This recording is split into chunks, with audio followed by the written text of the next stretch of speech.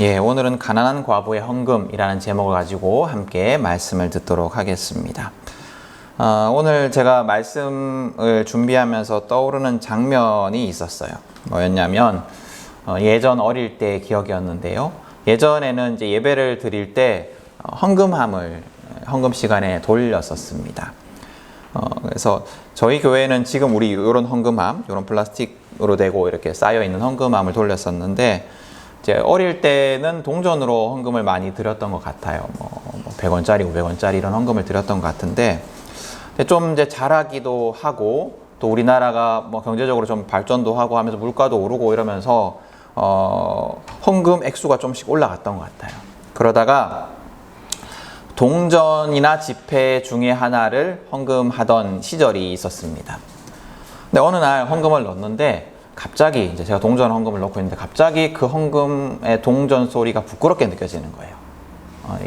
이게 동전을 넣으면 소리가 따로 다르게 나잖아요. 의식이 된 거죠. 늘상 있었던 소리인데 갑자기 이제 그게 의식이 된 거예요. 그래서 그날 이후로는 지폐를 내거나 아니면 동전을 넣을 때는 아주 조심스럽게 이렇게 놔가지고 넣었던 기억이 납니다.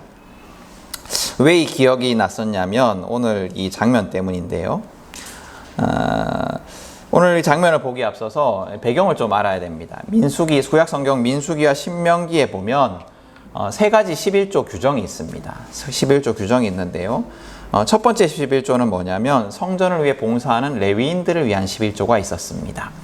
이스라엘 12지파 중에 다른 지파들은 다 자기의 땅을 상속을 받았으면 분배를 받았습니다. 그래서 자기 땅이 있었는데 레위인들은 성전을 위해서 봉사하기로 구별되었기 때문에 땅을 받지 못했어요. 대신에 다른 지파 사람들이 내는 11조를 가지고 레위인들이 먹고 살도록 되어 있었습니다. 그리고 레위인들은 그렇게 받은 11조를 따로 떼어서 제사장들을 또 그렇게 먹고 살 수 있도록 부양을 했습니다. 그런 이제 첫 번째 11조가 있었습니다. 두 번째 11조는 뭐였냐면 안식년을 기준으로 7년의 안식년을 기준으로 1, 2, 4, 5년째에 드리는 축제의 11조였습니다. 이건 어떤 11조였냐면 그 첫째 11조를 바치고 난 다음에 나머지 돈의 10분의 1을 떼어가지고 그 성전에 가서 예루살렘 성전에 가서 제사를 지낼 때 쓰는 비용으로 이제 떼어놨던 거예요. 그래서 그걸 이제 그런 비용으로 쓴 거죠. 예루살렘에 가려면 여비도 들 거고 또 어떤 제사 물건도 준비를 해야 될 거고 또 먹고 마시기 이렇게 축제니까요. 먹고 마시고 하는 그런 어떤 제사를 지내기 위해서 먹고 마시고 하는 그런 비용들이 들었습니다. 그걸 위해서 이제 떼어놨던 11조가 두 번째 11조였어요. 그리고 세 번째 11조는 뭐였냐면 가난한 이들과 과부를 돕기 위한 11조가 있었습니다. 요거는 엄밀히 말하면 두 번째 11조 중에 일부였는데요. 아까 두 번째 11조가 1, 2, 4, 5년째에 10분의 1을 뗀다고 했었잖아요. 요 11조는 3년째와 6년째에 드려야 할 두 번째 11조를 성전 제사를 위해 사용하지 않고 가난한 이웃들을 위해 사용을 한 겁니다. 그래서 민수기와 신명기 규정에 의하면 11조가 두 개가 있었어요. 엄밀히 말하면 두 개가 있었고 그 두 번째 11조를 성전에 제사를 지내기 위해서 쓰거나 가난한 이들을 위해 사용하거나 이렇게 규정이 되어 있었던 겁니다. 근데 이 헌금에 대한 규정이 이제 예수님 시대까지 어떤 방식으로든 이어졌던 것으로 보여요. 근데 이제 예루살렘 성전이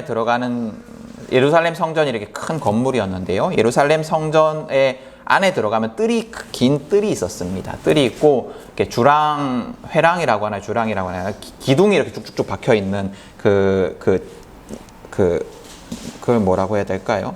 근데 기둥이 쭉쭉쭉 박혀 있고 위에는 막혀 있고 중간에 이렇게 뚫려 있는 그런 뜰이 있었습니다. 근데 이제 한쪽에 그 나팔 모양의 헌금 통들이 이렇게 쭉 늘어져 있었어요. 그래서 이제 사람들이 예루살렘 성전에 들어가면서 거기에 성전을 위한 헌금을 드렸어요. 성전을 위한 헌금. 그러니까 첫 번째 11조나 두 번째 11조 중에 일부를 두 번째 11조는 쓰는 거였으니까 첫 번째 11조 중에 첫 번째 11조를 드리거나 아니면 성전세라고 해서 성전에 들어갈 때 사람마다 드려야 하는 어떤 세금 같은 게 있었는데 그런 것들을 이제 드리는 그런 헌금함이었던 것 같습니다. 근데 이제 그 당시에는 지폐가 없었으니까 당연히 동전이었겠죠. 헌금을 할 때마다, 헌금을 넣을 때마다 소리가 났을 거예요. 또 나팔 모양이니까 소리가 꽤 크게 났겠죠. 꽤 크게 났고, 그래서 이제 그게 이제 공개적인 장소에 이렇게 쭉 있었기 때문에 헌금을 하는 그 모습을 많은 사람들이 볼 수 있었어요. 오늘 예수님께서는 그 뜰 맞은편에 서서, 헌금함 맞은편에 서서 사람들이 헌금하는 것을 보고 계셨죠. 제자들과 함께. 근데 이제 헌금함에 넣는 소리를 여러분 상상을 해보면, 많이 넣으면 막 당당당당 소리가 났을 거고, 하나를 넣으면 똑똑 뭐 이렇게 소리가 났을 거고, 달랐을 겁니다. 그리고 동전이 금화인지 은화인지 혹은 구리 돈인지에 따라서 소리도 달랐을 거예요. 뭐 크기나 무게, 재질에 따라서 소리가 다를 수밖에 없겠죠. 이런 배경 속에서 오늘 이야기가 진행이 됩니다. 예수님은 제자들과 함께 헌금함 건너편에 자리를 잡고 앉아서 헌금하는 사람들을 관찰하십니다. 그리고 제자들에게 부자와 과부를 비교하시면서 가르치십니다. 부자들 중에 헌금을 많이 하는 사람들이 있었습니다. 그래서 그 사람이 얼마나 헌금을 하는지를 누구나 다 알 수 있었을 거예요. 아까 말씀드린 대로 동전 소리가 많이 들렸거나 혹은 금이나 은으로 만든 동전을 넣었을 때 들리는 독특한 소리로 사람들이 구별을 했을 겁니다. 앞서 오늘 읽은 본문이 두 가지 이제 이야기인데요. 앞선 그 에피소드에 예수님께서 지적하신 대로 율법학자들의 허영과 과실을 지적을 하셨는데, 그런 것처럼 부자들도 그러했을지도 몰라요. 그래서 많은 헌금을 자랑스럽게 주변을 두리번거리면서 했을 수도 있고, 또 자기를 지켜보는 사람들의 그 시선을 의식하면서 뭔가 좀 이렇게 뿌듯해하면서 헌금을 했을 수도 있습니다. 어쩌면 큰 소리가 나도록 의도적으로 뭔가 독특한 방식으로 동전을 던져 넣었을지도 몰라요. 더 크게 소리가 나도록. 제가 이제 부목사 시절에 있었던 한 교회는 헌금함이 이제 예배당 입구 쪽에 있었습니다. 우리처럼 이제 들어오면서 헌금을 하는 방식이었죠. 그리고 이제 사고를 막기 위해서 혹시나 이제 많은 사람들이 드나드니까 헌금 분실이나 뭐 도난 이런 우려가 있기 때문에 헌금함을 잠궈 놓았다가 헌금 시간이 되면 이제 부목사 중에 한 명이 열쇠로 헌금함을 열어서 헌금을 정리해서 헌금위원에게 전달을 하고, 헌금위원이 이제 그걸 가지고 그 강대상 위로 이렇게 올려 드렸어요.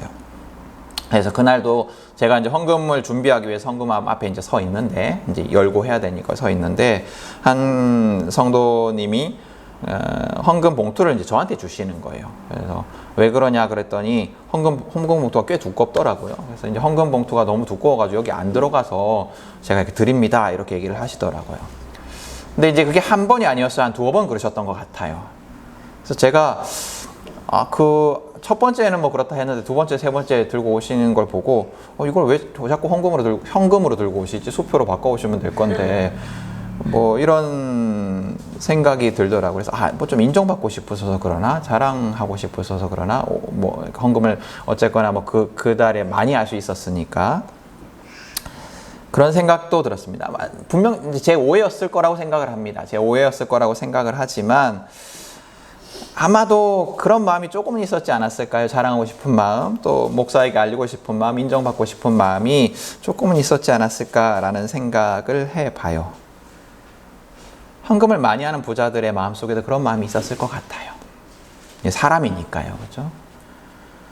성전 안에 모여있던 많은 사람들도 부자들의 그 많은 헌금의 동전 소리를 들으면서 부러워하기도 하고 또 존경하기도 했을 것 같습니다. 그에 반해서 가난한 사람들의 보잘것없는 소리를 내는 헌금은 이제 관심을 기울이지 않았겠죠. 근데 예수님께서는 이 다수의 사람들과는 다른 관점으로 제자들을 가르치십니다. 사람들은 돈의 액수를 중요하게 생각했지만 중요한 것은 헌신의 마음이다 라고 가르치는 거죠. 헌금의 본질이 뭐냐? 액수가 아니라 중요한 것은 그 헌금에 담긴 헌신의 마음이다 라고 가르치신 겁니다. 오늘 우리 성도들이 다 늦게 오셨는데요. 저는 늦게 오든 말든 11시에 예배를 시작을 해요. 왜냐하면 예배는 하나님과 약속이기 때문이에요. 여러분들 안 오셨지만 하나님 기다리고 계시니까요. 근데 제가 이제 예배 시간을 늘 강조를 여러 번 합니다. 11시에 꼭 와야 된다, 이게 중요한 게 아니에요. 11시 예배 전에 오는 여러분들의 마음, 11시 예배 이후에 오는 여러분들의 마음, 그 마음이 하나님을 갈망하는 마음인가 아닌가가 중요한 거죠. 시간이 중요한 건 아니죠. 그런 것들을 가르치고 있는 거예요. 제가 우리 교회를 이제 교회를 개척하겠다, 시작을 하겠다라고 결정을 한 뒤에 이제 이전 교회에 많은 분들이 아쉬워하는 마음으로 헌금을 해 주셨습니다. 그 중에 기억나는 한 분의 헌금이 있어요. 이분이 이제 눈이 잘 안 보이시는 분이셨거든요. 그래서 이제 가까이 가면 어른 보이시는. 그래서 지나가는 걸 보면 제가 먼저 말을 걸면 목소리를 듣고 제가 저인지 아닌지 이렇게 구분하셨던, 이게 사람이 오는 건 아시는데 그런 분이 계셨습니다. 근데 이분이 계속 일을 하셨어요. 왜 일을 하셨냐면 자녀들이 아직 자리를 잡고 있지 못해가지고 자녀들이 결혼을 했는데 그 자녀를 뒷바라지하기 위해서 계속해서 일을 하고 계셨습니다. 이전 교회에 이제 제가 여기 개척하러 대구로 가기로 하고 마지막 예배를 드렸어요. 이제 마지막 예배를 드리고 난 후에 그 성도님한테 연락이 왔어요. 잠시 좀 집 앞으로 와달라고 하시더라고요. 그래서 가보니까 이분이 헌금이 담긴 봉투를 이렇게 주시더라고요. 그러면서 이제 이렇게 말씀을 하셨어요. 목사님, 제가 목사님 개척해서 나가신다는데 드릴 돈은 없고 마음이 되게 안 좋았습니다. 근데 오늘 자식들이 제 생일이라고 이렇게 용돈을 줘서 그걸 목사님한테 드리고 싶어서 연락을 했습니다. 이렇게 말씀을 하시는 거예요. 그러면서 이렇게 덧붙이셨어요. 액수는 적지만 이건 저한테 정말로 귀한 돈입니다. 부목사를 마무리하고 개척을 하면서 부목사 시절을 제가 5년, 그 전에 뭐 시설까지 아마 6년, 7년 정도를 이제 계속 일을 하고 이제 개척을 하니까 좀 그런 마음이 들더라고요. 좀 쉬었다가 했으면 좋겠다. 좀 뭐 어디 여행도 다니고 좀 푹 쉬다가 안식년처럼 푹 쉬다가 했으면 좋겠다라는 생각이 있었는데, 근데 이분의 말을 듣고 이제 헌금을 받고 집으로 돌아오는데 새로 시작하는 교회를 위해서 드려진 헌금의 그 무게가 엄청 무겁게 느껴지더라고요. 그래서 나를 위해 쉰다라는 그런 생각이 되게 죄송스럽게 느껴졌어요. 그래서 이제 12월 셋째 주인가 뭐 이렇게 이제 제가 거기 사임을 하고 한 주 쉬고 이사를 하고 바로 1월 첫째 주부터 예배를 시작을 했었습니다. 그분의 마음, 또 그분뿐만 아니라 교회를 위해, 새로 시작하는 교회를 위해 헌금하신 성도들의 마음이 어떤 마음인지를 생각했기 때문이에요. 저는 지금도 제가 받는 사례에 대한 어떤 무거움이 있습니다. 물론 이제 전도사님이 직장 생활을 하면서 그 돈과 함께 이제 생활들을 하기도 하지만, 어쨌거나 제가 받는 그 헌금의 일부, 그걸 생각을 할 때 제가 사용하는 돈의 용처가 생활하면서 사용하는 돈의 용처가 좀 사치스러운 건 아닌가, 혹은 헛되게 사용하는 것 아닌가라는 어떤 부담이 늘 좀 있습니다. 예수님은 과부의 헌금을 칭찬하세요. 예수님의 기준은 헌금의 많고 적음에 있지 않았습니다. 사실 오늘 이 가르침을 잘못 이해하면 돈이 아무리 없어도 이게 바쳐야 된다 이렇게 이해할 수 있지만, 예수님은 또 하나님은 이 과부의 2렙돈을 착취하시는 분이 아니세요. 이 과부가 그 헌금을 드리지 않았더라도 그 마음이 무엇인가를 보시는 분이셨던 거죠. 그러니까 그 돈이 중요한 게 아닙니다. 액수가 중요한 게 아니고 예수님은 마음이 중요하다라고 말씀을 하시는 거예요. 예수님 과부가 자신의 모든 것을 드렸다라고 이야기를 합니다. 여러분, 그 헌금을 드리는 이 과부의 마음이 어땠을까요? 이걸 이제 드리고 나면 돈이 없어서 당장 다음 끼니도 마련할 수 없지만, 그럼에도 불구하고 내가 이것을 드릴 때 내 하루의 삶을 하나님께서 책임져 주실 것이다라는 신뢰의 마음이 아니었을까요? 내가 이것을 드려도 하나님께서 내가 이것을 드리고 나면 아무것도 없지만 하나님께서 나의 삶을 책임져 주실 것이다라는 신뢰의 마음이 아니었을까요? 혹은 내 삶을 이제 책임져 달라라는 하나님께 맡기는 마음이 아니었을까요? 또 내가 준비할 수 없는 삶, 내가 너무 가난하여서, 그리고 그 당시 과부니까 일도 할 수 없고 생활할 수 있는 방도가 아무것도 없고 또 나를 도와주는 친척도 없고 아무것도 없어서 나의 미래를 준비할 수 없고 나의 내일도 준비할 수 없는 삶이지만 그럼에도 불구하고 하나님께서 나의 삶을 책임져 주실 것이다 라는 그런 믿음의 고백이 아니었을까요? 예수님은 그걸 보신 거죠. 그리고 그 마음을 제자들에게 가르치신 겁니다. 근데 오늘 본문은 다른 관점에서도 이해해 볼 필요가 있어요. 왜 과부가 가난했을까? 왜 과부가 가난했을까? 왜 과부는 렙돈 2닙, 당시의 화폐 중에서 가장 작은 단위, 한 끼 식사도 마련하기 어려울 정도의 푼돈이 가진 돈의 전부일 정도로 극심한 가난에 시달려야 했을까요? 뭐 이제 성서학자들의 연구에 따르면 2렙돈 정도면 참새 반틈 정도를 구매할 수 있는 돈이라고 해요. 참새 반마리. 참새 한 마리도 양이 얼마 안 돼요. 그렇죠? 참새 반마리 정도밖에 구할 수 없는 돈. 한 끼도 제대로 해결할 수 없는 돈. 왜 과부는 이런 극심한 가난에 시달려야 했을까요? 예수님이 헌금함 사건 이전에 율법학자들을 비판하시고 계시는데 그것이 이 질문의 해답의 실마리일 수도 있을 것 같아요. 여러분, 율법학자들은 말씀을 잘 아는 사람이었습니다. 말씀을 가르치는 사람이었어요. 그들은 당연히 고아와 과부와 또 나그네와 같은 가난하고 소외된 자들을 향한 하나님의 명령을 잘 알고 있었습니다.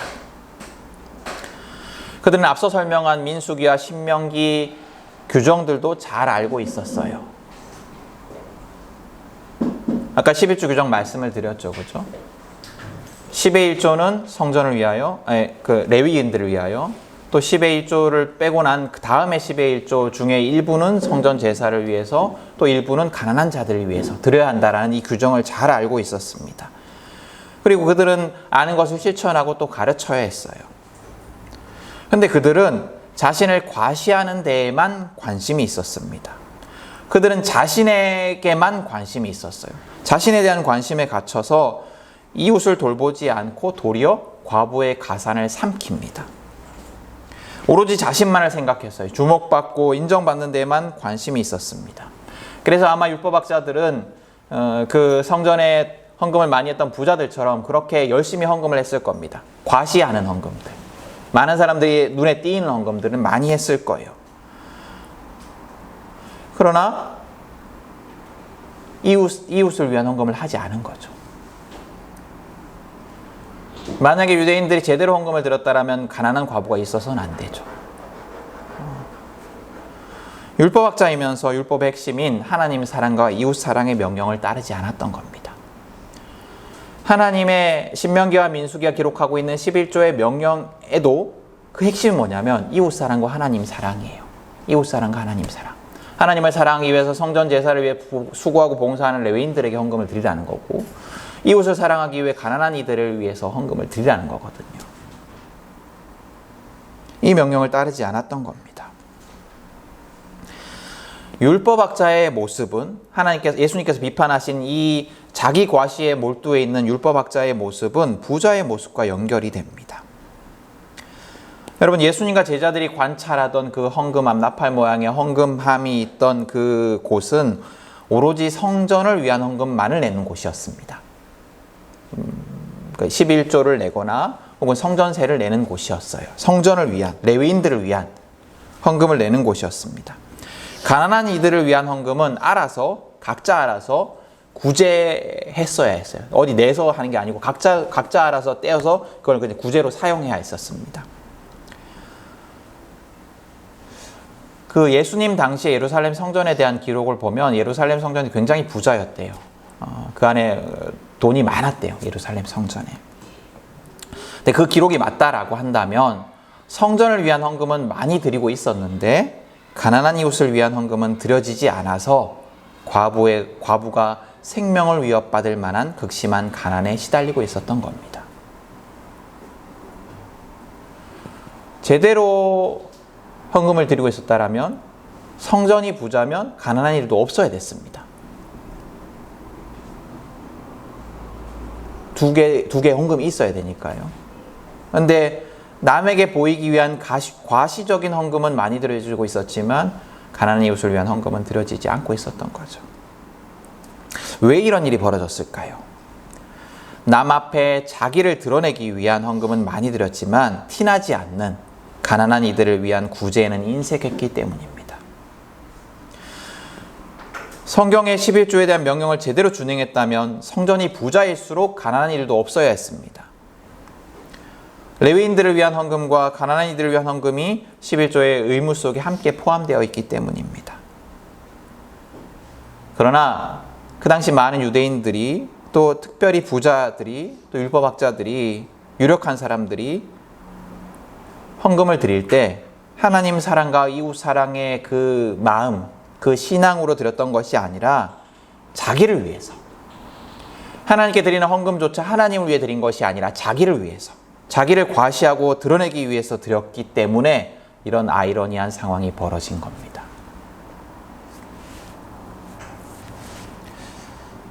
마가복음은 오늘 읽은 이 본문, 바로 이어지는 본문에서 무슨 말씀을 기록하고 있냐면 예루살렘 성전이 무너질 것이다 예언하시는 예수님의 말씀을 기록하고 있습니다. 성전에 헌금이 가득했지만 부자들이 많은 헌금을 드렸지만 과부는 가난한 그런 모순적인 상황은 성전이 무너질 수밖에 없는 이유를 설명합니다. 헌금 속에 하나님 사랑과 이웃 사랑의 본질이 담겨져 있지 않았던 거예요. 예루살렘 성전을 중심으로 한 신앙은 겉으로는 많은 사람들이 몰려와서 제사를 드리고 또 헌금도 넘쳐나서 번성해 보였습니다. 그러나 실상은 그렇지 않았어요. 하나님 사랑과 이웃 사랑의 본질적인 명령에 불순종하는 심각한 상황이었습니다. 그래서 헌금으로 가득한 부유한 성전이었지만 무너질 수밖에 없었던 겁니다. 여러분, 돈을 어떻게 사용하는가에는 우리의 가치관이 담겨져 있어요. 우리의 신앙이 담겨져 있습니다. 우리가 어떻게 헌금을 하고 돈을 사용하는가는 곧 우리의 신앙 고백입니다. 여러분, 우리가 어떻게 돈을 사용하고 있습니까? 우리의 헌금에는 어떤 마음이 담겨져 있습니까? 여러분, 우리 헌금에는 하나님을 향한 신뢰가 담겨져 있습니까? 하나님께 내 삶을 맡겨드린다는 신앙의 고백이 담겨져 있습니까? 하나님의 명령 중에 안식일의 명령이 있어요. 안식일에 일하지 말라라는 하나님의 명령 속에는 어떤 의미가 담겨져 있냐면 우리의 수고가 우리의 삶을 책임지는 것이 아니다. 우리의 수고가 우리의 삶을 책임지는 것이 아니라 하나님이 우리의 삶을 책임지신다라는 믿음의 고백이 담겨져 있어요. 하루를 쉬면서 하나님이 하시는 일을 기다리면서. 또 안식일의 규정에는 어떤 규정이 있냐면 너의 집에 일하는 사람들도 다 쉬게 했거든요. 유대인뿐만 아니라 유대인 가정에 속한 종들이든 뭐든 다 쉬게 했거든요. 그럼 거기엔 또 어떤 고백이 담겨져 있냐면 쉬지 못하고 계속해서 일을 해야 하는 우리의 이웃들에게 쉼을 주라는 이웃 사랑의 의미도 담겨져 있어요. 하나님의 모든 명령에는 하나님 사랑과 이웃 사랑의 의미가 다 담겨져 있습니다. 헌금도 마찬가지예요. 적어도 내 소득의 10분의 1의 사용에는 내 소득의 10분의 1에는 어떤 식으로 사용되든 간에 내 삶의 모든 것을 책임지시는 분이 하나님이다라는 믿음의 고백이 담겨져 있어야 돼요. 하나님이 내 삶을 책임지시다라는 신뢰가 담겨져 있어야 돼요. 내가 이 돈 없으면 공핍할 것 같고 이 돈 없으면 큰일 날 것 같은데 하나님께 맡기고 그게 내 삶을 책임지는 것이 아니라 내 삶을 하나님께 맡기라는 겁니다. 그런 신앙과 신뢰가 담겨져 있는 헌금을 해야 돼요. 이 11조를 하라는 소리가 아니고 내 소득의 10분의 1을 그런 식으로 사용해야 된다라는 거예요. 하나님을 한 신뢰가 담긴, 동시에 또 이웃 사랑을 위한 의미가 담긴 10분의 1이 되어야 돼요. 그렇게 사용돼야 돼요. 하나님 사랑과 이웃 사랑의 명령에 순종하는 헌금과 소비가 되어야 됩니다. 여러분, 어떤 마음으로 헌금하고 계십니까? 또 여러분, 어떤 생각으로 돈을 사용하고 계십니까? 우리의 헌금도 우리의 소비도 내가 주인이 되어서는 안 돼요. 이건 내 돈이니까 내 계산에 따라서, 내 마음에 따라서, 나를 위해서 이기적인 마음을 따라서, 이기적인 생각을 따라서 판단하고 사용하고 들여져서는 안 됩니다. 적어도 예수를 믿는 사람이라면 이 돈이 내 돈이 아니다라는 마음으로 가지고 살아가셔야 돼요. 이게 내 돈이다라고 생각하면 내 마음대로 쓰고 싶어집니다. 그러나 적어도 그리스도인이라면, 내 모든 것이 은혜임을 고백하는 자라면 그 돈 속에 하나님 사랑과 이웃 사랑의 마음을 담아 사용해야 합니다. 적어도 10분의 1은. 나 중심의 사고에 갇혀서 내 생각 우선으로, 내 필요 우선으로, 또 나를 드러내기 위해서, 나를 과시하기 위해서, 보여지기 위해서 헌금하고 소비해서는 안 돼요. 하나님을 신뢰하지 못하고 내 계획과 내 계산 속에서 헌금하고 소비해서는 안 됩니다. 여러분, 하나님 사랑과 이웃 사랑의 본질을 잃어버린 예루살렘 성전은 겉으로 보기에는 화려했지만 무너져야 했습니다. 하나님은 성전을 무너뜨리셨어요. 겉으로 보는 건 상관이 없습니다. 겉으로 보여지는 건 상관없습니다. 저와 여러분은 무너지지 않아도 되는 삶을 살고 있습니까? 또 우리 교회는 어떻습니까? 우리 교회 재정 사용이 하나님의 뜻에 합당합니까? 우리 1년에 2번 같이 재정을 확인하는데 우리 교회의 수익과 지출에 하나님 사랑과 이웃 사랑의 명령이 지켜지고 있습니까? 우리 교회는 무너지지 않아도 되는 교회입니까? 늘 질문해 봐야 돼요. 지난주 우리는 복의 비결, 하나님 안에서 누리는 복의 비결에 대해서 말씀을 나누었습니다. 하나님 안에서 복을 누리는 확실한 비결은 하나님 사랑과 이웃 사랑의 명령에 순종하는 것이다 라고 말씀을 들었어요. 우리의 돈에도 이 명령에 대한 순종이 담겨져 있어야 합니다. 우리의 돈이 어떻게 사용되고 있습니까? 우리의 돈에 하나님 사랑과 이웃 사랑의 신앙이 담겨져 있습니까? 저는 정말로 저와 여러분들이 복된 삶을 살았으면 좋겠습니다. 부자가 되라는 게 아니고 성공하라는 것이 아니고 그것보다 더 큰 복, 하나님 안에서 누리는 그 큰 복, 하나님이 책임져 주시는 삶을 살아가는, 하나님과 동행하는 삶을 살아가는 그 복을 다 누렸으면 좋겠어요. 정말로 누렸으면 좋겠어요. 정말로 간절히 소망하고 축복합니다. 그러기 위해서 지난주 말씀과 더불어 오늘 말씀을 기억하십시오. 그리고 우리의 돈이 어떻게 사용되는지를 살피는 한 주간이 되셨으면 좋겠어요. 내가 어떤 마음으로, 어떤 방식으로, 어떤 곳에 지출을 하고 있는가를 살피는 한 주간이 되셨으면 좋겠어요. 여러분, 예수님이 사실은 굉장히 노골적이잖아요. 돈을 가지고, 헌금을 가지고 말씀을 하세요. 왜 그러셨을까? 돈만큼 우리의 마음이 드러나는 곳이 없기 때문이에요. 저는 그렇게 생각을 해요. 더더구나 자본주의 사회를 살아가는 우리에겐 더해요. 그 당시보다도 더. 예수님의 이 말씀의 의도를 여러분들이 잘 기억하셨으면 좋겠습니다. 그래서 우리가 주님의 뜻대로 하나님 사랑과 이웃 사랑이 담긴 소비와 헌금을 함을 통하여서 하나님 안에서 진정한 복을 누리는 저와 여러분, 우리 모두가 될 수 있기를 간절한 마음으로 축복합니다.